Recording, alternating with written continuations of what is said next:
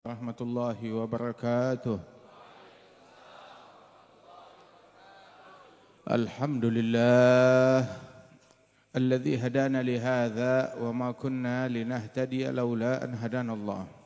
Allahumma salli wa sallim ala sayyidina Muhammad Rasulillah wa ala alihi wa sahbihi wa mawalaha ma ba'd. Kita bersyukur kepada Allah Ta'ala pada malam hari ini Allah memilih kita untuk hadir di dalam sebuah hidangan rahmat, hidangan anugerah, hidangan ampunan dari Allah Subhanahu wa taala.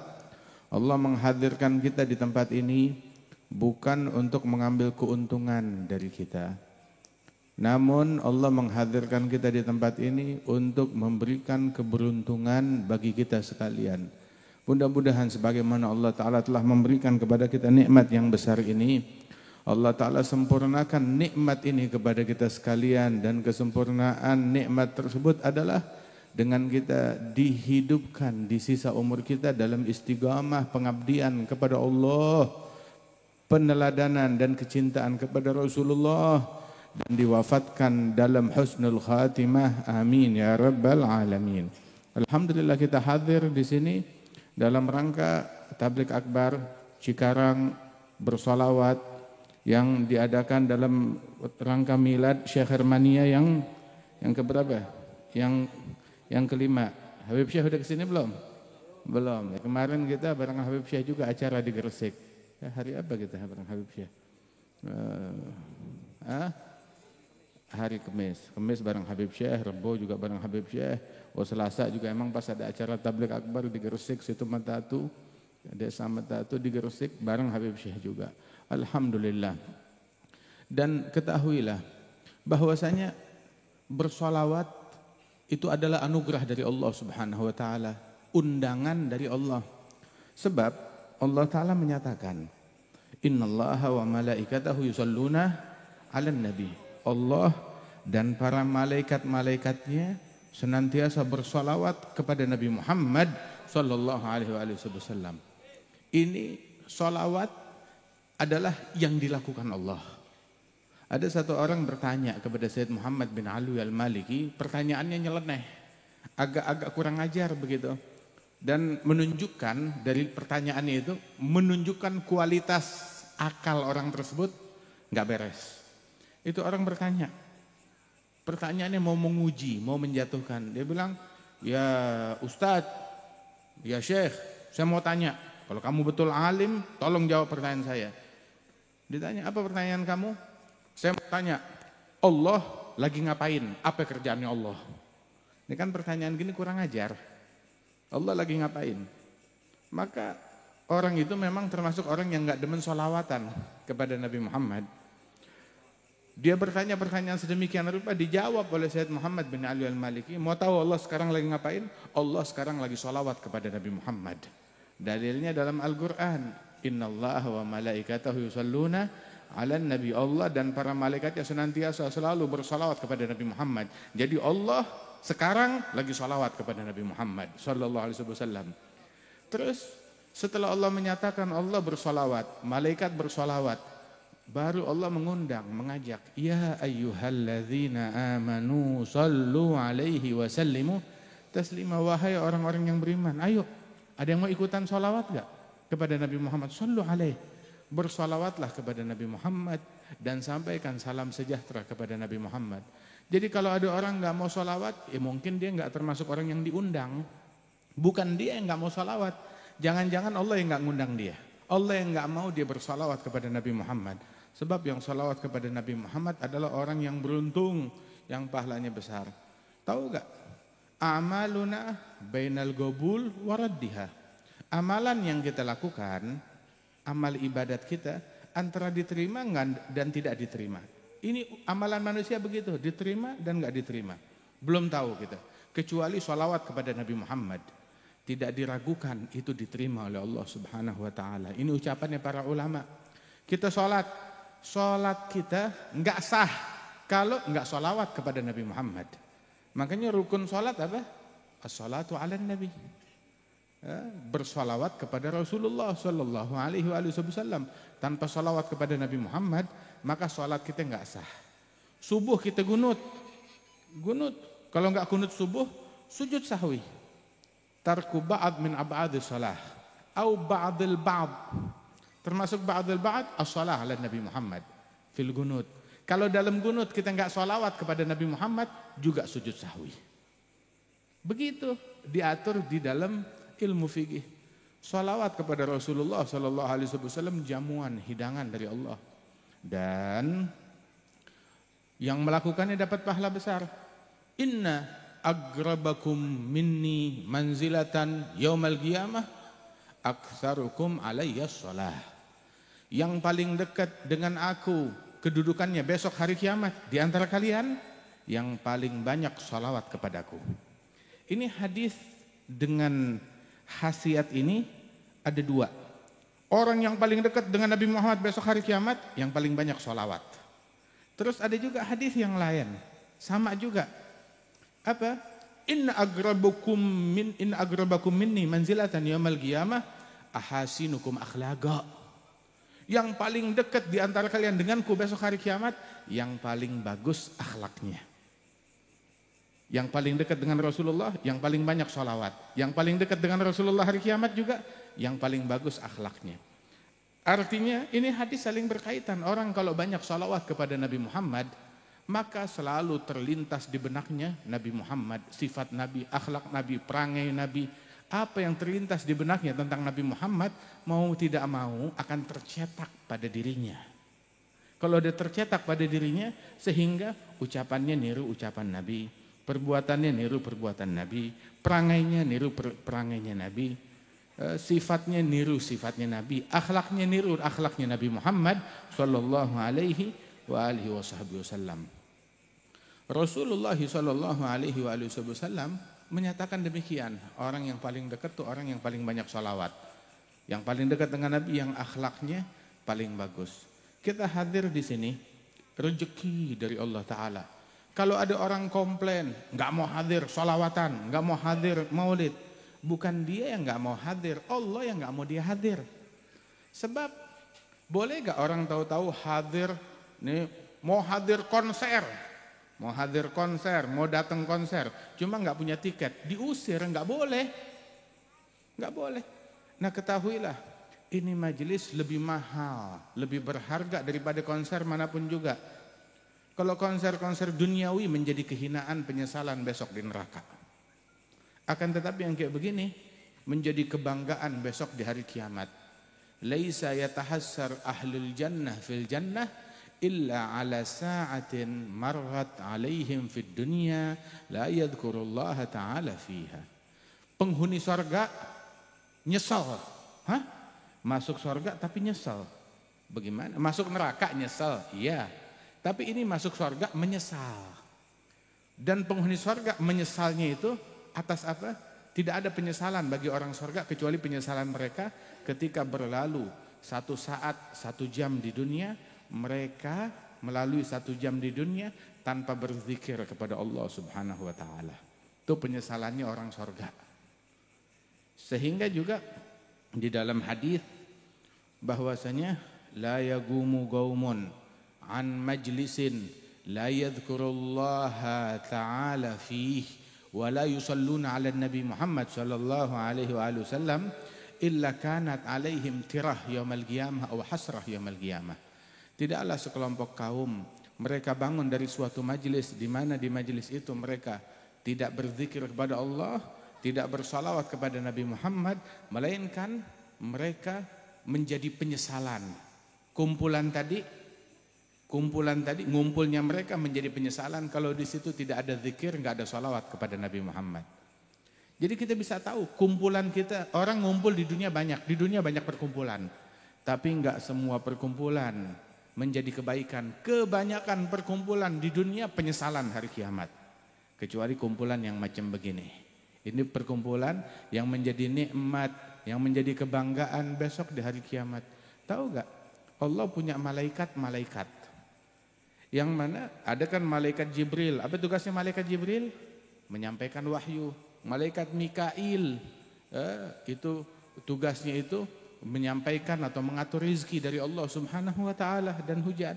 Ada malaikat Israel mencabut nyawa. Munkar wa nakir, Ragib wa Atid yang tugasnya itu mencatat amal perbuatan hamba. Munkar wa nakir menginterogasi di dalam kuburan. Ridwan penjaga surga, Malik penjaga neraka. Israel mencabut nyawa, Israfil yang meniup sangkakala di hari kiamat. Ada tugasnya malaikat. Dan ada lagi malaikat selain mereka itu punya tugas. Apa tugasnya itu? Inna lillahi malaikah sayyahin fil ard. Fil Bukhari ini disebutkan Allah punya malaikat yang tugas mereka adalah patroli di muka bumi. Ngapain di muka bumi? Di muka bumi khusus untuk patroli. Apa yang mereka cari? Yaltamisuna hilagaz zikir.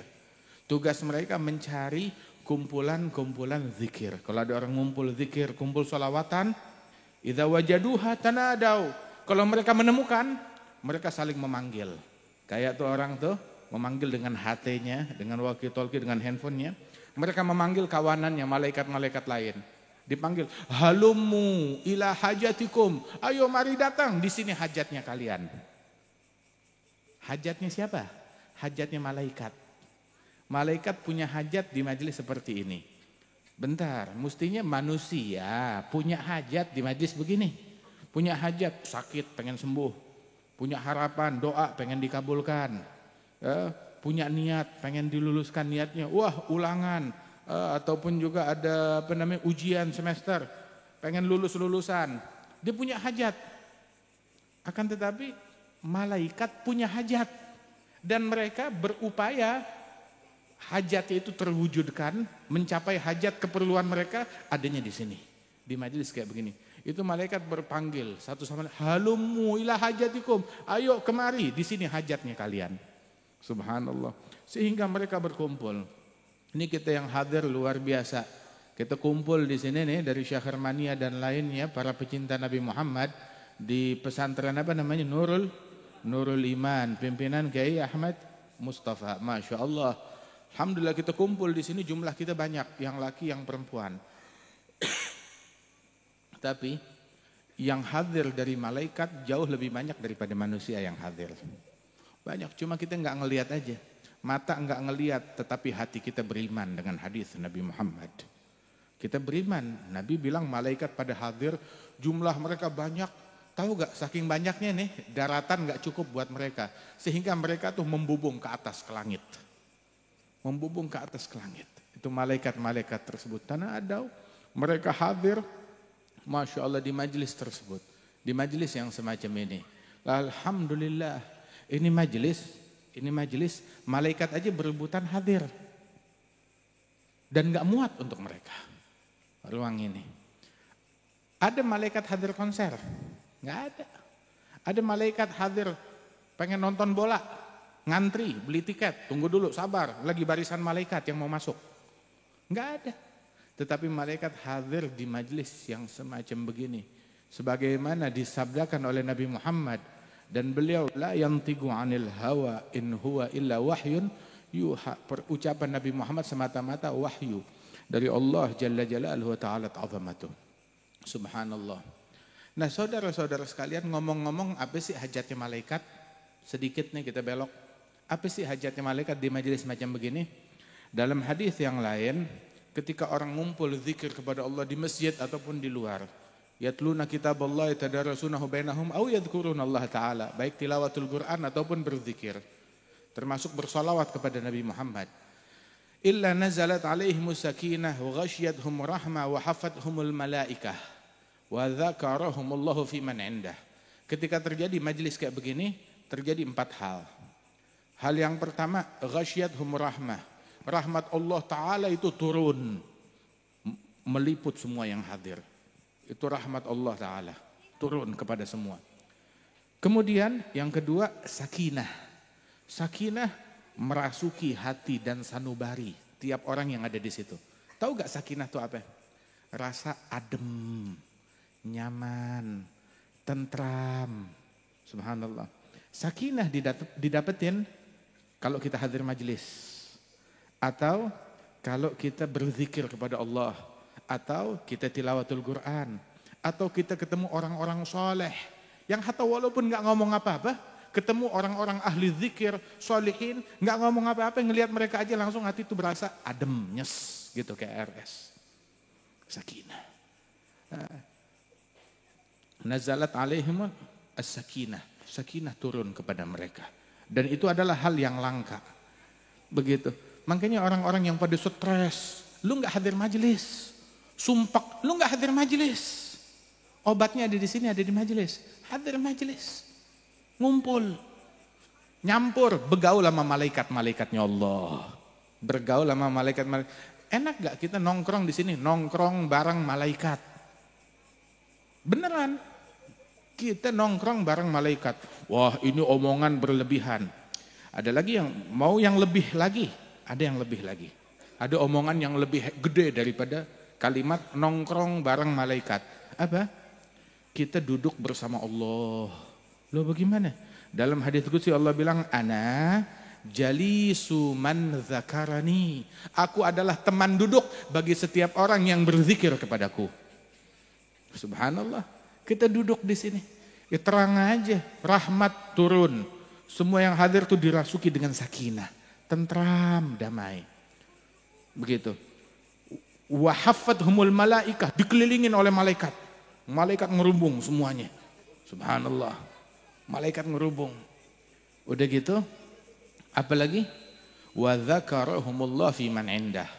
Allah membanggakan mereka yang hadir di hadapan para malaikat-malaikatnya. Dibanggakan di hadapan para malaikat-malaikat yang enggak hadir. Yang hadir ya udah. Terus yang enggak hadir, Allah Ta'ala membanggakan semua yang hadir di hadapan para malaikat-malaikatnya. Tuh, ada majelis, hambaku pada berzikir, pada bersolawat, dibanggakan oleh Allah. Yang hadir, fulan, disebut malaikat juga. Dibanggakan oleh Allah Ta'ala di hadapan malaikat yang lain. Disebut oleh Allah, itu adalah hajatnya malaikat. Ingin disebut oleh Allah. Dan itu juga anugerah ini, rahmat, sakinah, kehadiran malaikat, dan yang terbesar dibanggakan oleh Allah Ta'ala. Subhanallah, di hadapan para malaikat-malaikatnya. Terus rahmat Allah turun. Makanya majelis kayak begini tempatnya rahmat, bukan tempatnya laknat. Betul gak? Majelis kayak begini tempatnya rahmat. Tempat kita merahmati, menyayangi, mengasihi, mencintai. Dan orang yang paling banyak pulang dari majelis begini, jatahnya paling banyak dari rahmat Allah, yang paling banyak jatahnya dari rahmat Allah adalah orang yang paling merahmati kepada sesama. Yang paling ithar, tahu gak ithar? Mendahulukan orang lain daripada dirinya sendiri. Mengutamakan orang lain daripada dirinya sendiri. Ini ada yang enak kamu duluan. Begitu, mengutamakan orang lain. Sebab kemuliaan, keunggulan, bukan yang duduk paling depan, bukan yang paling maju, bukan yang paling dekat, itu mah fisik. Enggak begitu. Tetapi keunggulan itu adalah yang paling penyayang, yang paling ithar, paling mendahulukan orang lain. Keunggulan yang menganggap dirinya saya di antara semua yang hadir, saya paling rendah, saya paling hina, saya paling kerdil, saya paling enggak punya apa-apa. Ini orang yang paling unggul.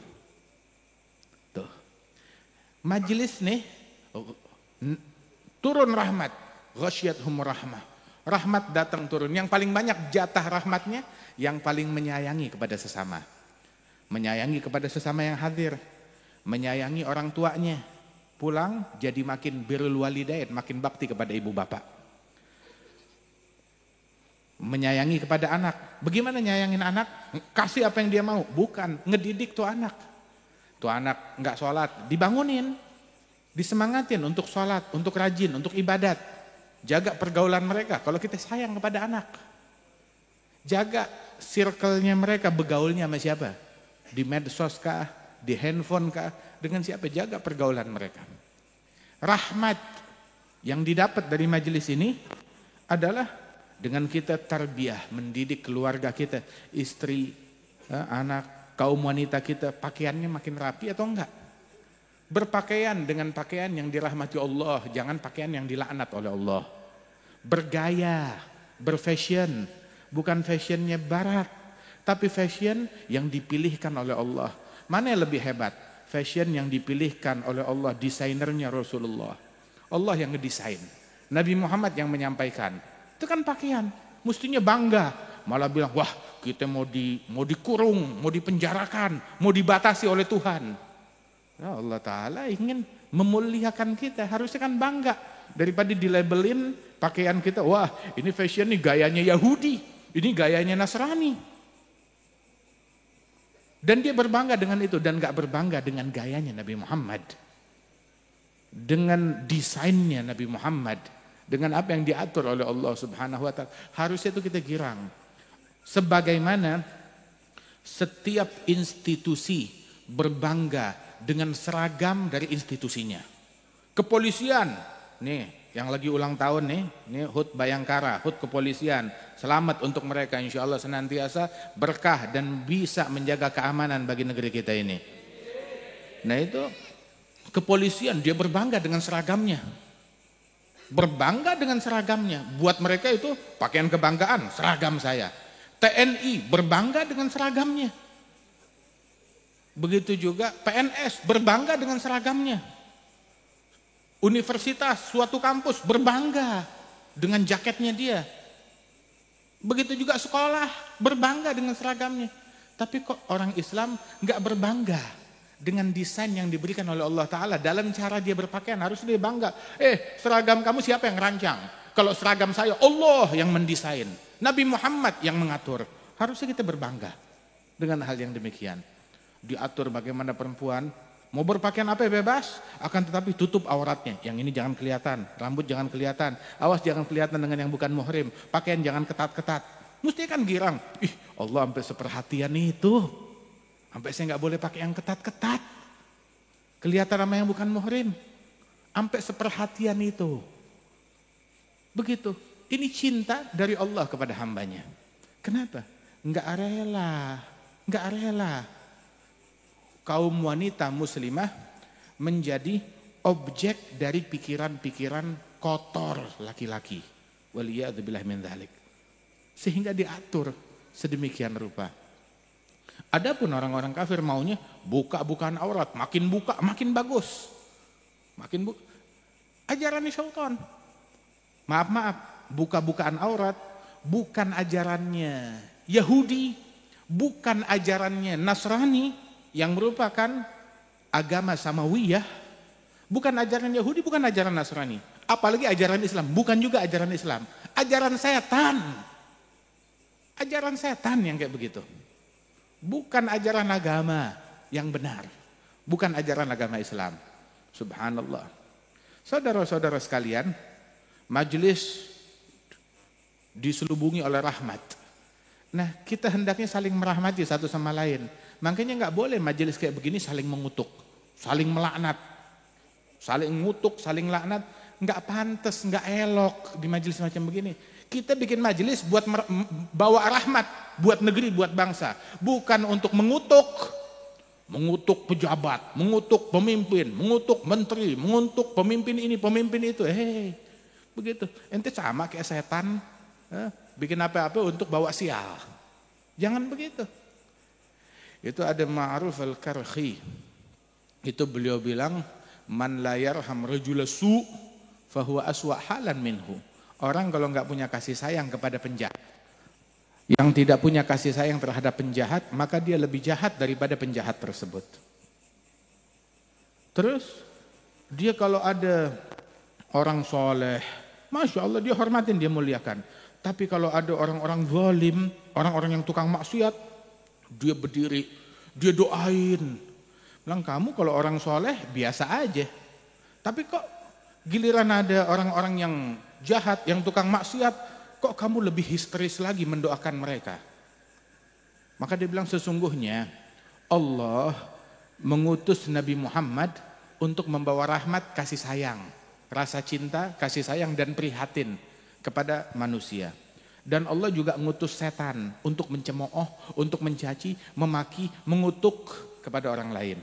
Nah kita ikutin Nabi Muhammad, jangan ikuti syaitan dalam mencemooh dan menghinakan orang. Subhanallah. Nabi bilang, la takun li syaitan aunan ala akhik. Jangan kamu menjadi anteknya syaitan Membantu syaitan dalam menjerumuskan saudaramu makin jauh dari Allah Subhanahu wa taala, bikin orang makin dekat kepada Allah. Ini majelis kayak begini. Majelis kayak kita nih bukan majelis tukang ngusir orang, enggak. Tapi semuanya siapa yang mau datang ahlan wa sahlan. Silakan datang. Silakan hadir. Rahmatnya Allah luas. Jangan jadi kayak orang ada orang udik, orang dusun datang kepada Nabi Muhammad. Terus dia minta doa. Saya minta doa buat diri saya.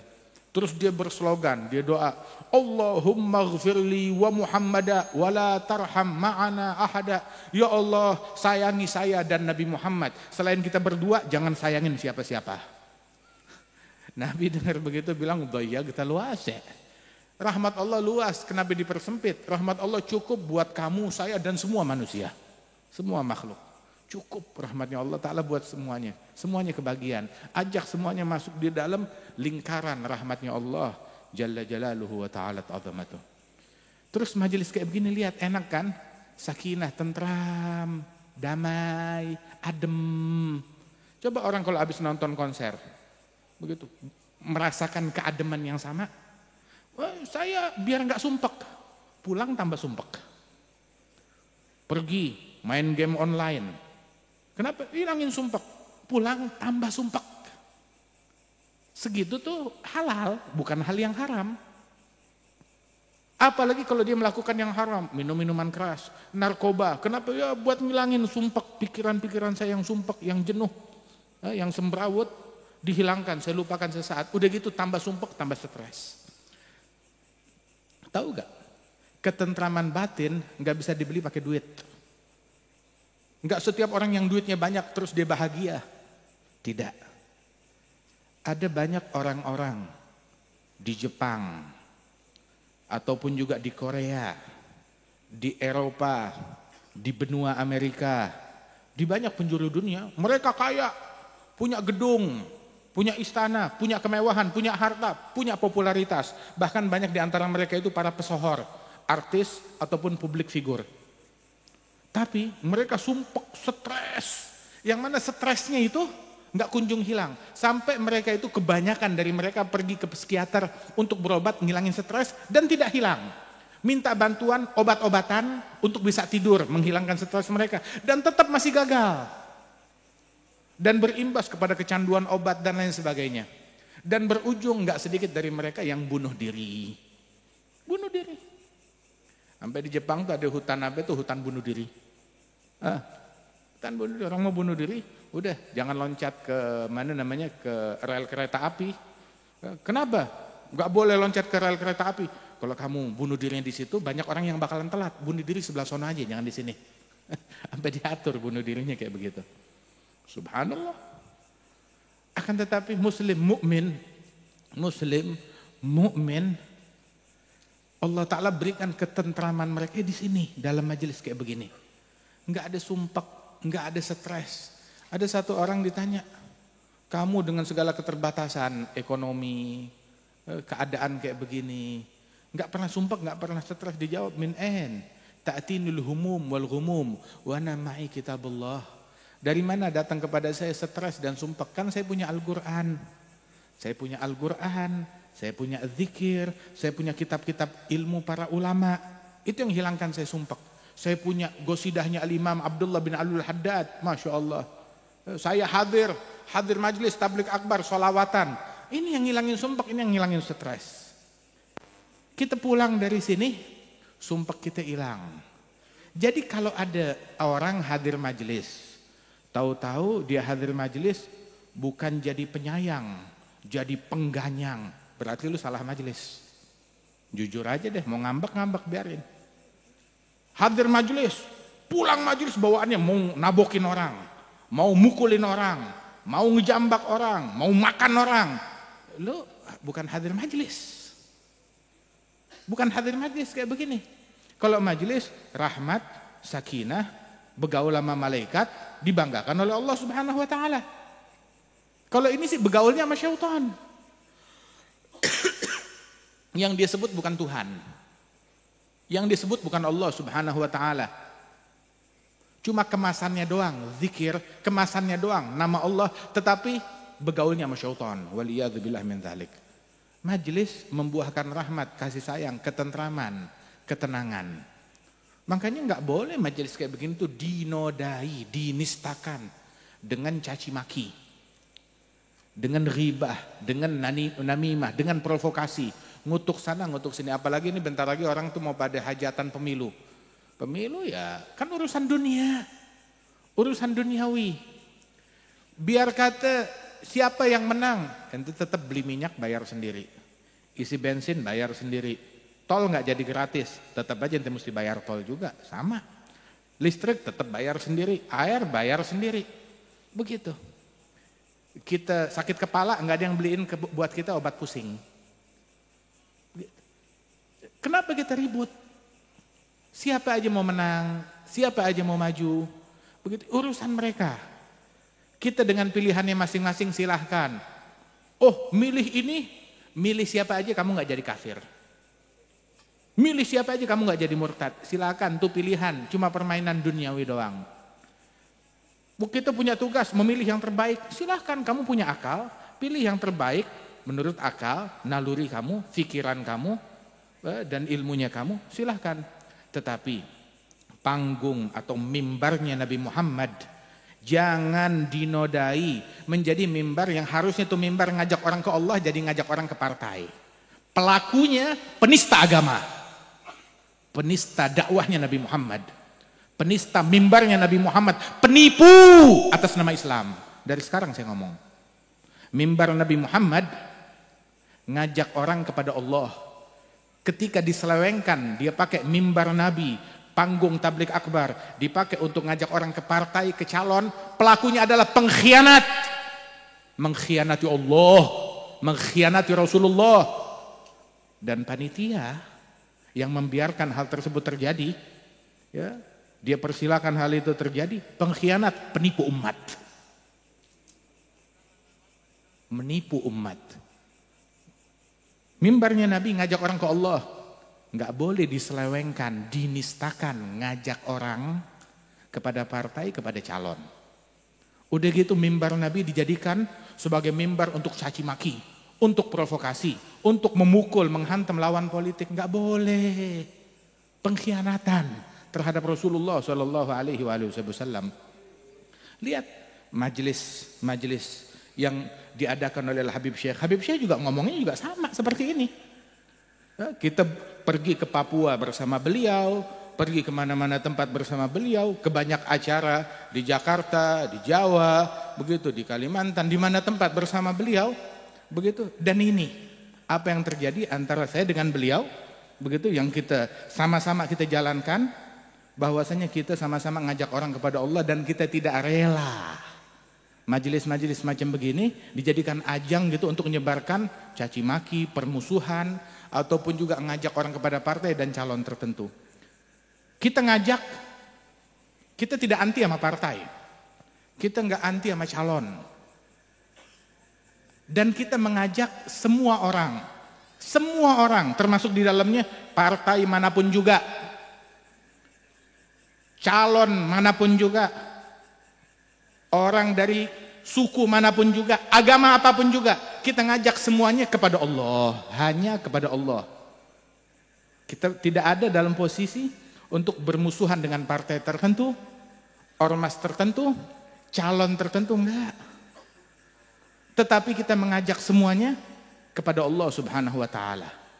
Dan kita menghimbau semuanya jangan saling bermusuhan. Hajatan bikin senang-senang, bikin yang enak, bikin rakyat tenang. Ini belum jadi aja udah pada ribut satu sama lain. Bagaimana kalau udah pada jadi? Jangan jadi ribut. Urusan dunia, urusan kecil. Berapa tahun? Cuma 5 tahun. Tahta 5 tahun. Jangankan 5 tahun. Andaikan itu tahta yang didapat 5.000 tahun. Bukan lagi cuma untuk Indonesia doang, menguasai seluruh bumi, seluruh dunia dikuasain untuk 5.000 tahun. Terlalu kecil untuk membuat kita mendengki satu sama lain. Terlalu kecil. Kekuasaan yang cuma 5.000 tahun hingga kita menodai hati kita, ngotorin hati kita dengan kebencian, dengan kedengkian, dengan perpecahan. Bersihin hati dari ini semuanya. Ini majelis kayak begini nih, majelis yang ngebersihin hati, yang ngajarin kita kasih sayang, yang ngajarin kita cinta kepada Nabi Muhammad, cinta kepada semua sahabat Nabi Muhammad, cinta kepada keluarga Nabi Muhammad, cinta kepada para wali-wali wassalihin, cinta kepada kaum muslimin, mukminin. Tahu gak? Majelis, kata Allah Ta'ala dalam hadits qudsi, itu wajabat mahabbati, wajib, harus, pasti mendapatkan cinta dariku. Siapa gerangan yang pasti mendapatkan kecintaan dari Allah? Lil mutahabbin fiyya wal mutazawirina fiyya wal mutajalisina fiyya wal mutabadzilina fiyya. Pasti mendapatkan cinta dariku. Siapa?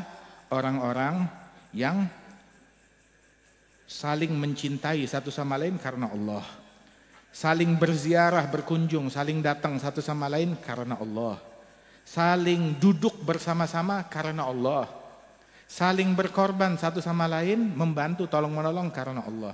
Ini kita duduk kita apa karena kita satu perusahaan, atau karena kita satu partai, atau karena kita satu calon, coblosnya bareng-bareng dulu? Kagak. Dari etnis yang berbeda-beda, suku yang berbeda-beda, merantau kita hingga kita ngumpul di tempat ini. Subhanallah. Karena siapa? Karena partai? Karena dunia? Karena kita di sini semua yang hadir dikasih duit? Enggak. Karena Allah Ta'ala. Karena kita cinta kepada Allah. Kita datang karena ingin dekat kepada Allah. Pengen menjadi pribadi yang lebih baik. Yang sholatnya makin benar. Yang puasanya makin benar. Yang birrul walidainnya makin benar. Yang zikirnya makin benar. Kan kita pengen jadi manusia kayak begitu. Hingga kita ngumpul, kita datang di sini. Alhamdulillah, nikmat.